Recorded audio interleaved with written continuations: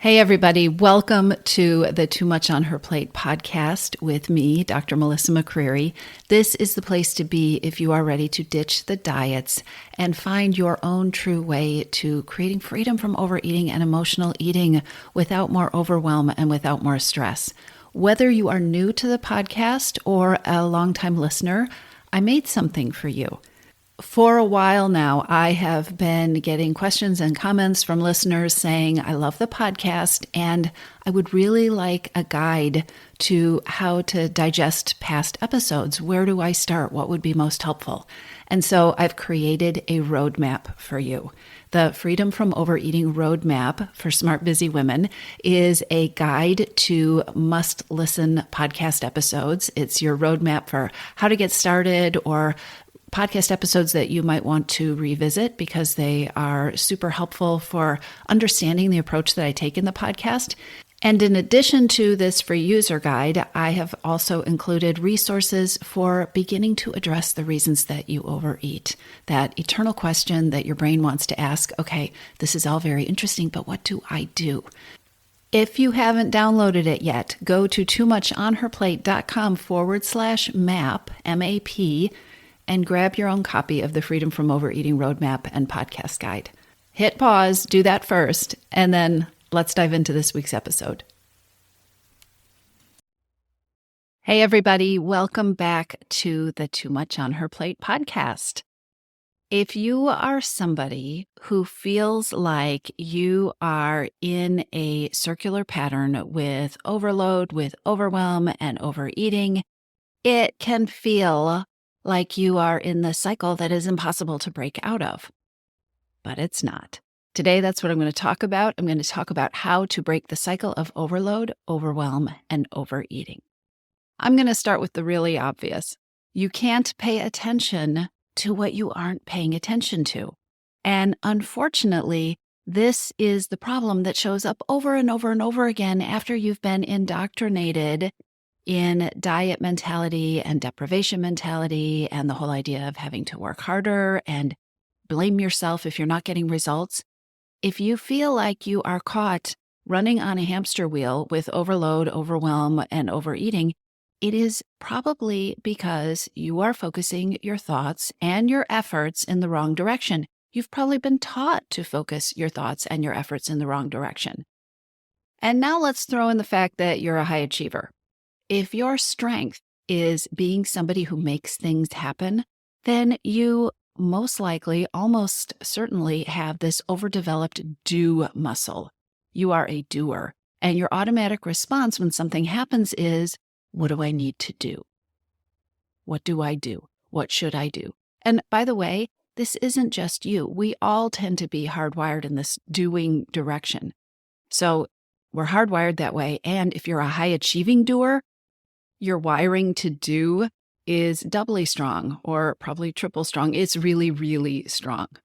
So let's assume that you are a doer, okay? Doers look for what needs to be done.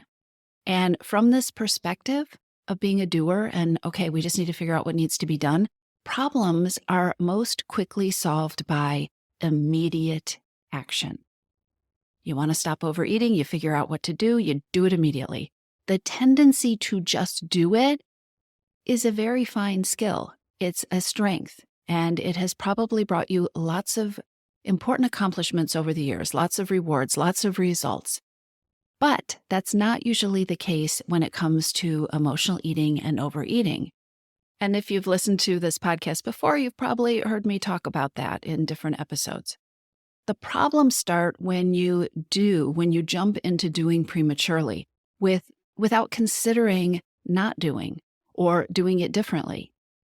This jumping right in with what do I do and starting to do is reactive. It's reactive doing.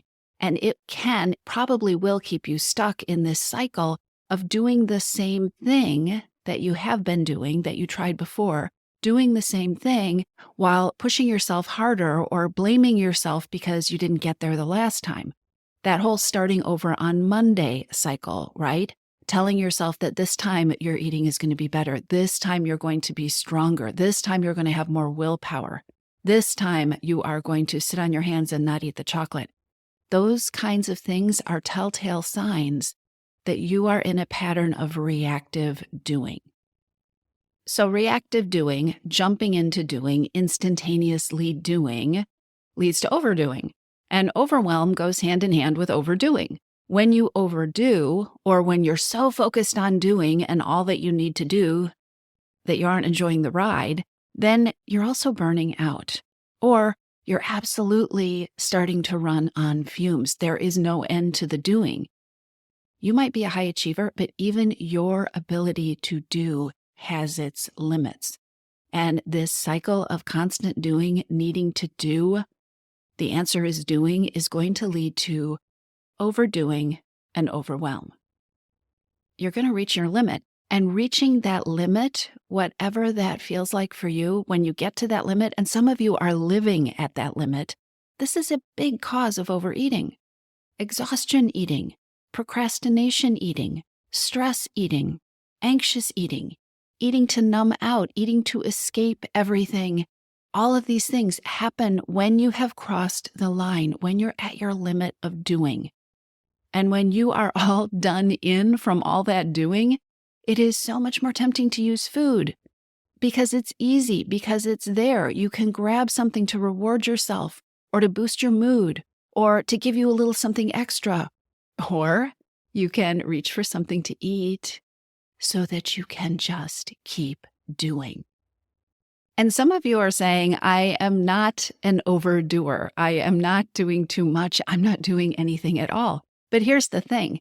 Being wired to focus on all that doing, to be thinking about the doing, to be creating the list in your head of what you should do, all that doing can also be your undoing. Because when the pressure gets too much, when the to-do list gets too long or overwhelming, even if you aren't taking action,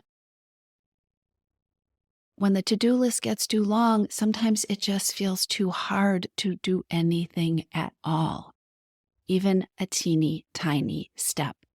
That constant focus on doing also leads to that feeling of frozenness, of feeling completely stuck, of feeling unmotivated, of feeling like you can't do one more thing to make a change. This is a part of the overeating pattern. This is what happens to a lot of women who are caught up on the overeating, overwhelm hamster wheel. It can start to feel like nothing works, like there's too much to do, that it's impossible to make an impact, that nothing you are going to do is going to make a difference. And so it can begin to feel difficult to even know where to start or to feel motivated to start. And if your brain is caught in this trap, it is going to continue to press you to do something or do lots of things. And so you'll either keep trying to do things with minimal results because they're the same things, or you're going to feel paralyzed and overwhelmed and possibly, quite possibly, very, very frustrated with yourself. Because the other part of this dynamic, this doing dynamic, is you need to be doing, you should be doing more, you just need to do something. And if the doing isn't working, you're not doing it right. It's all the doing. So, have I just described a pattern that feels all too familiar? Let's talk about what to do. More doing. Okay, let's talk about what you can do or how to shift gears when your doing is undoing you, when your doing is not getting you to where you want to go with your eating. There is a way out of this cycle of overload and overwhelm and overeating, and it starts with the F word. Yep, the F word, and not the F word that you are feeling, that you want to say when you find yourself caught in this cycle and you think like, oh, I'm never going to get out of here. I want to call your attention to the other F word, which is feelings. Yep, feelings, here they are again. And here's what I want to suggest. The next time that you are overwhelmed, when you catch yourself, experiment with not asking yourself what you should do.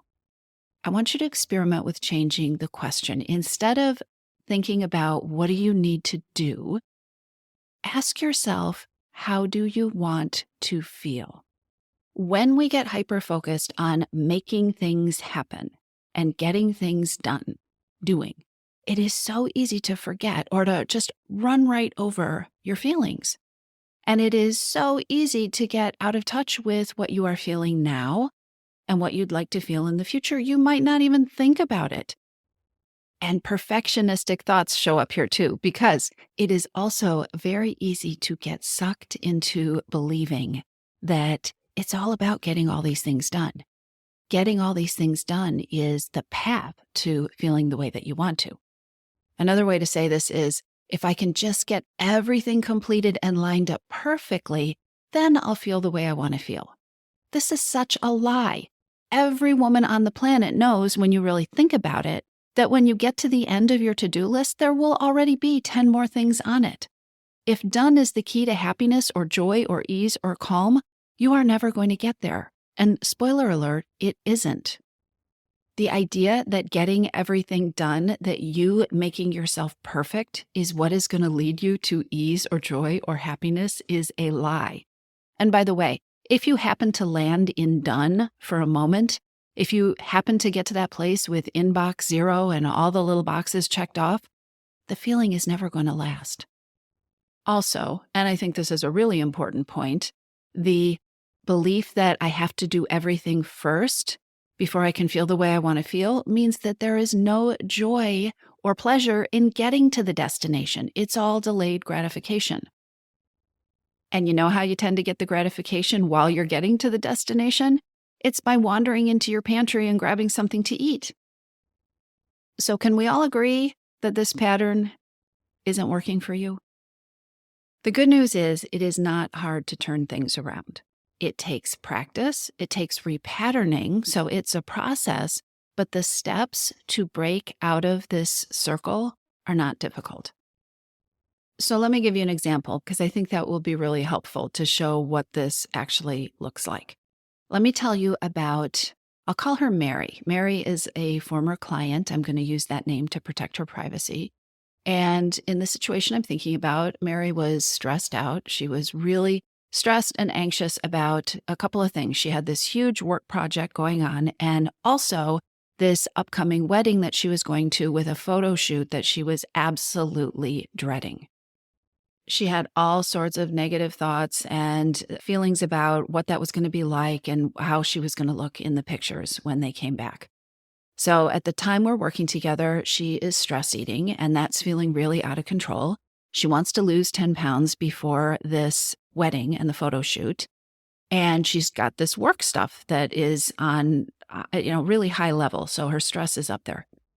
So we have this coaching session, and she is in like hyperspeed describing to me her plans for what she's going to be doing over the next weeks, the plans to get the project done while also losing the weight.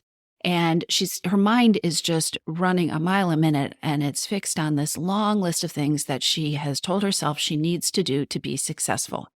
And you're probably familiar with it, right? It's what she's going to eat. She's going to eat this. She's not going to eat that. She's going to have more willpower. She's going to eliminate sugar. She's going to start going to the gym more often. The list is going on and on and on. And then there's this also a parallel list of all the things she needs to do, all the stresses that are related to the work project, all the things she's going to tick off over there. So listening to Mary describe her plans made me exhausted. And I'm starting to feel tense. I can feel her anxiety. Also, as she's describing the 1,000,001 things that she is going to do, Mary has no enthusiasm or motivation. She's like a robot going through this list. The whole plan is rooted in this get tough attitude, right? I need to get down to it. This is serious business. This is the time I need to get it done. So not only is Mary sounding like she wants to poke her eyes out with a fork while she's describing to me what the next weeks are supposedly going to look like, she's already starting from this place of exhaustion because she's been working hard on these things, because overworking is already second nature to her.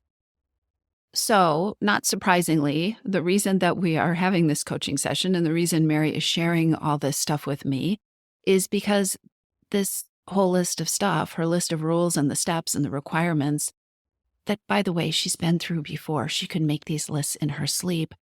This list was getting her nowhere. because she's also frustrated already because she can't stick with the plans.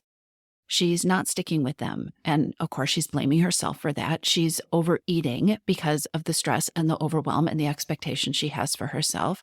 And here she is with this huge list, this plan that to her human brain is like, oh, this is just perfect if I can just execute it. She's got the plan, but she's actually gaining weight instead of losing it. I'm laughing as I'm recording this because I actually feel like I need to take a deep breath just describing Mary's situation. Her doing was in overdrive, and so was the pressure that went along with that, the pressure that she was putting on herself. So this is where we did the feeling F word thing.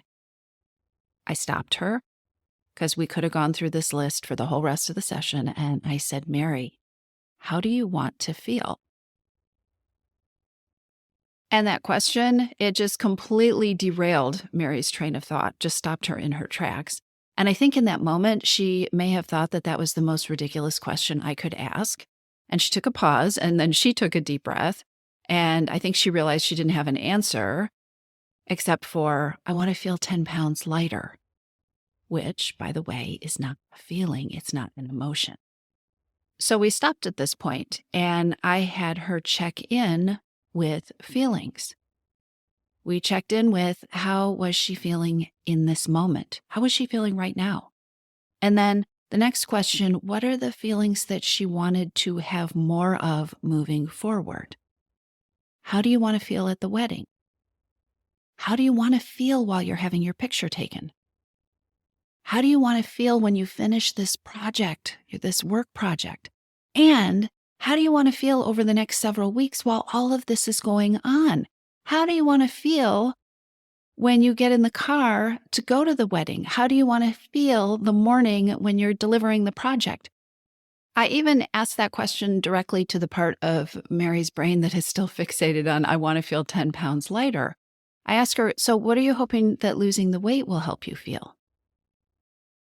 In case you're like Mary, I want to say it one more time. I'm going to gently remind you that thin is not a feeling. And her brain took her back to that answer repeatedly. I want to feel lighter. I want to feel like I've lost the weight. I want to feel 10 pounds lighter. I want to feel like my pants fit. These are not feelings. We had to spend time on this. How do you want to feel? What's the goal feeling? When you are the person who has achieved these things that are important to you, how do you imagine you will feel? We played with this for a while, and eventually Mary came up with 3 feelings.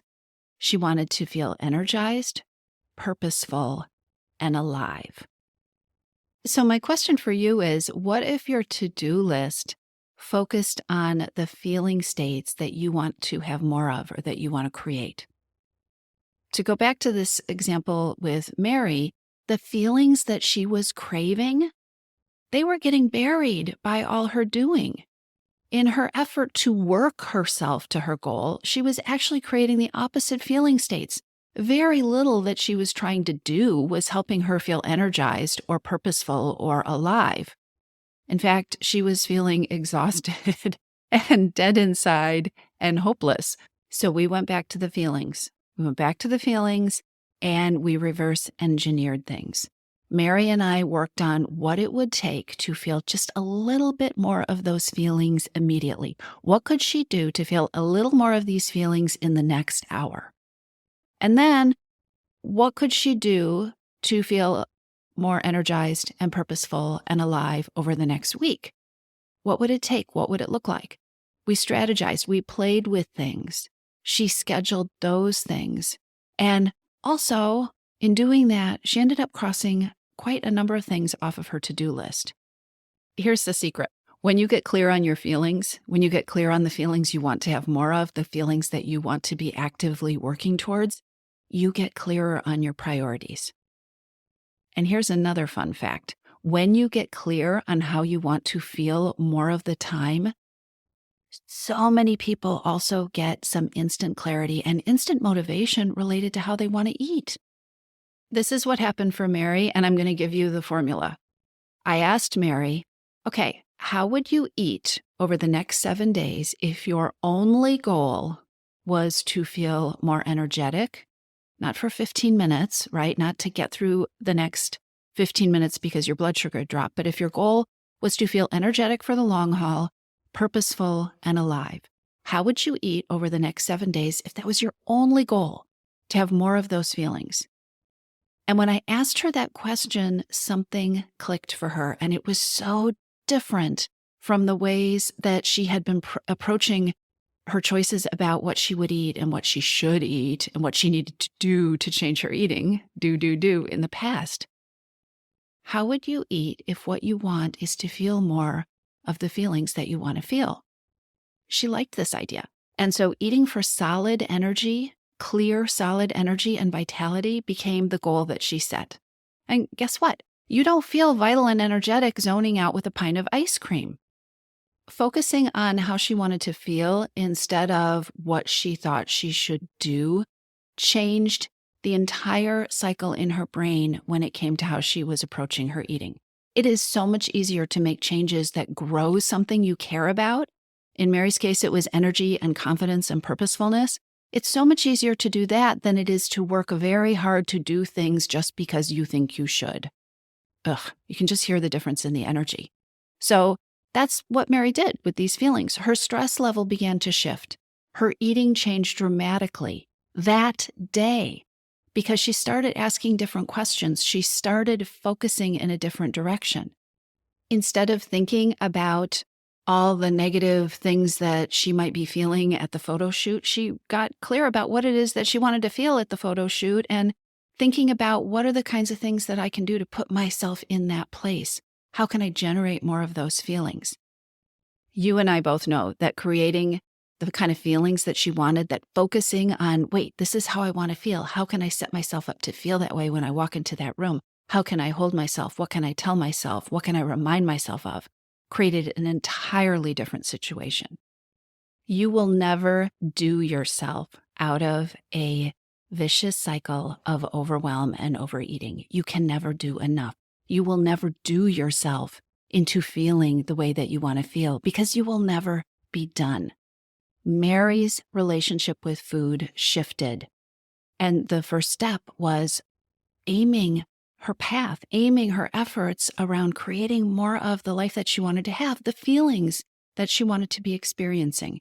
I do not work with Mary anymore, but I'll tell you that the last time I spoke with her, she was still eating for energy and for vitality, and she was losing weight. And, by the way, Mary is still a doer and a high achiever. You don't have to let that go. She's a doer and high achiever who has retrained her brain to ask herself how she wants to feel before she jumps into doing. Play around with this and let me know how it goes. I'll talk to you soon. If you're ready to lose your overeating and emotional eating habits and you are ready to step into a relationship with food that fits you, one that doesn't rely on willpower and deprivation, then now is the time to join your missing piece. Enrollment is open and this is the perfect time to join me. Go to toomachonherplate.com/freedom or just click on the link in the show notes. Your Missing Piece is the program where I show you step-by-step how to create freedom from overeating with a unique combination of psychologist-designed, personalized work with me, coaching, and smart strategy. You'll learn how to reclaim your power, ditch the diets, and create results that are built to last. Check it all out at toomachonherplate.com/freedom, and I'll see you inside.